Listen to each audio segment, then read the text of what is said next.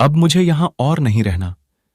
यहां ना तो कमाई हो रही है और ना ही काम मिल रहा है। हाँ जी, आप बिल्कुल ठीक कह रहे हैं। कल मैं पड़ोस के गांव में जाकर अपना मोची का काम करूंगा, कुछ दिनों के लिए। अगली सुबह मोची अपना मोचीगिरी का सामान लेकर दूसरे गांव की ओर निकल पड़ा।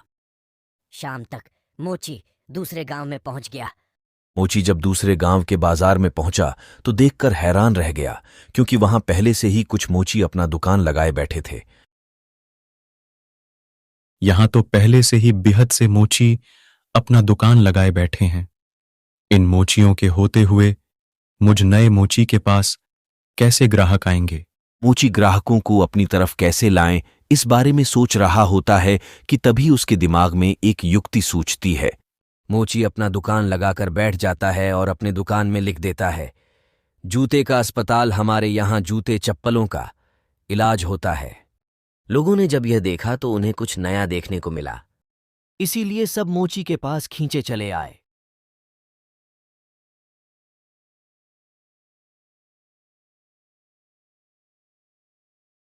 जूता का अस्पताल? अरे भाई जरा मेरे जूते का इलाज तो कर दो। जी सेठ जी, अभी ठीक करके देता हूं। मोची अपने छोटे से अस्पताल में बैठकर सेठ के जूते का इलाज करने लगा। यह लीजिए सेठ जी, अब आपका जूता एकदम स्वस्थ है। बहुत खूब। कितने पैसे हुए इसके? बस सेठ जी, एक तांबे का सिक्का। लो ये लो। ऐसे ही दूसरा ग्राहक आता है। मोची उसके भी जूता ठीक करता है, पैसे लेता है। ऐसे करके मोची के पास बहुत से तांबे के सिक्के हो जाते हैं। मोची बहुत मेहनत करता है और कुछ ही दिनों के अंदर 4 सोने के सिक्के जमा कर लेता है। उनमें से 2 सोने के सिक्के के बदले मोची एक व्यापारी से घोड़ा खरीदता है। मोची अगले दिन घर की ओर रवाना होता है। रास्ते में एक घने जंगल पार करते हुए उसे डाकुओं का झुंड दिखाई पड़ता है। हे भगवान, यह तो डकैत लगते हैं। यह तो मेरा सारा धन ले जाएंगे और मैं फिर से गरीब बन जाऊंगा। अब मैं क्या करूं? मोची बहुत चतुर था। उसने डाकुओं से बचने के लिए एक तरकीब सोची। मोची घोड़े के गले में एक सोने का सिक्का छुपा देता है और आगे बढ़ता है। मोची को डकैत पकड़ लेते हैं। अरे ओ, फटाफट अपना सारा पैसा निकालो, चलो जल्दी करो। देखो, मैं एक गरीब मोची हूं। मेरे पास इस घोड़े के सिवाय और कुछ नहीं है। कृपया मुझे जाने दो। मोची कितना कहते ही घोड़ा रहका और उसके गले से वह सोने का सिक्का नीचे जमीन पर गिर गया। अच्छा मक्कार झूठे, हमसे झूठ बोलने की तेरी हिम्मत कैसे हुई? अगर तेरे पास कुछ नहीं था तो ये सोने का सिक्का तेरे पास कहां से आया? रुकिए रुकिए, अभी मैं आपको सब सच बताता हूँ। दरअसल यह घोड़ा सोना उत्पन्न करता है, इसी वजह से मुझे सारे पैसे मिलते हैं। ठीक है, ये घोड़ा तुझे हमें देना होगा। हम तभी तुझे यहां से जिंदा जाने देंगे। नहीं, बिल्कुल भी नहीं। अगर मैं इसे तुम्हें दे दूंगा तो मेरे पास कुछ भी नहीं बचेगा। चलो, हम तुम्हें इसके बदले 50 सोने के सिक्के देंगे।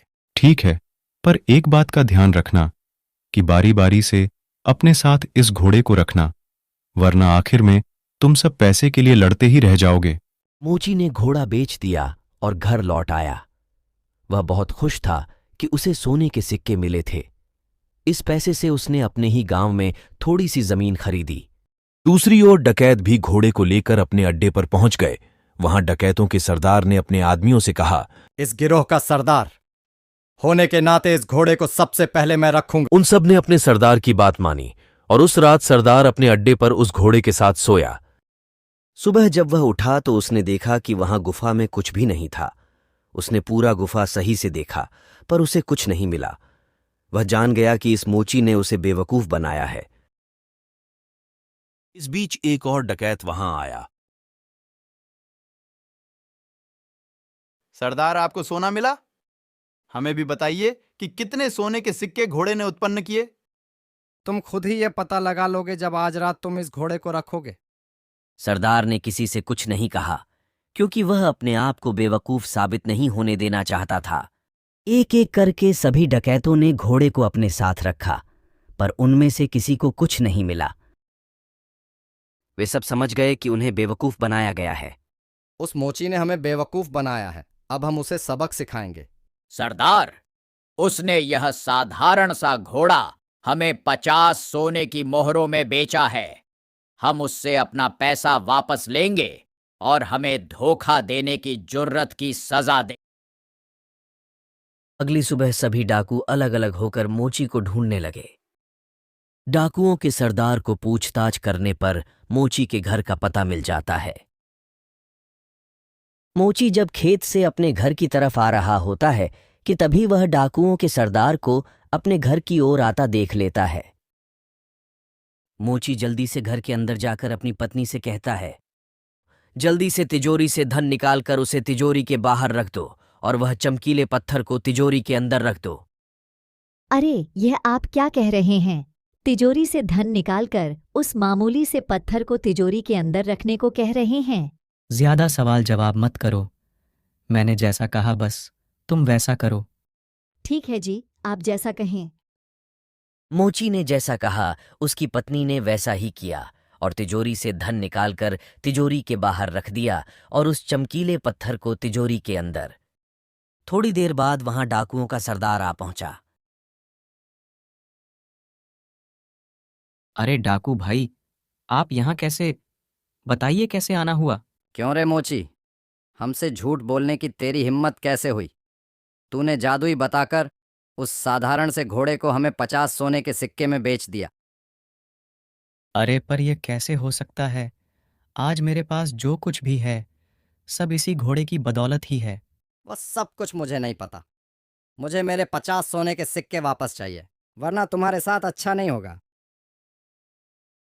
ठीक है, आप मेरी सारी जमा पूंजी जो तिजोरी के बाहर रखी है उसे ले सकते हैं। यह सुनकर डाकू थोड़ा आश्चर्य हो गया कि मोची ने अपने सारे जमा पूंजी को तिजोरी के बाहर क्यों रखा है।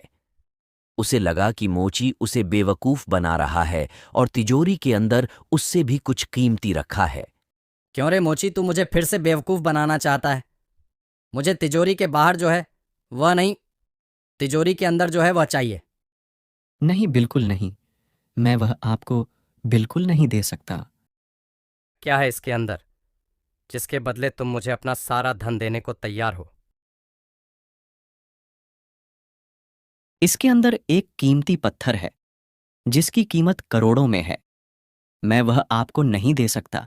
डाकू ने धन को छोड़कर उस मामूली से पत्थर को लेकर मोची के घर से चला गया। इस तरह चतुराई से मोची ने अपने धन को डाकुओं से बचाया।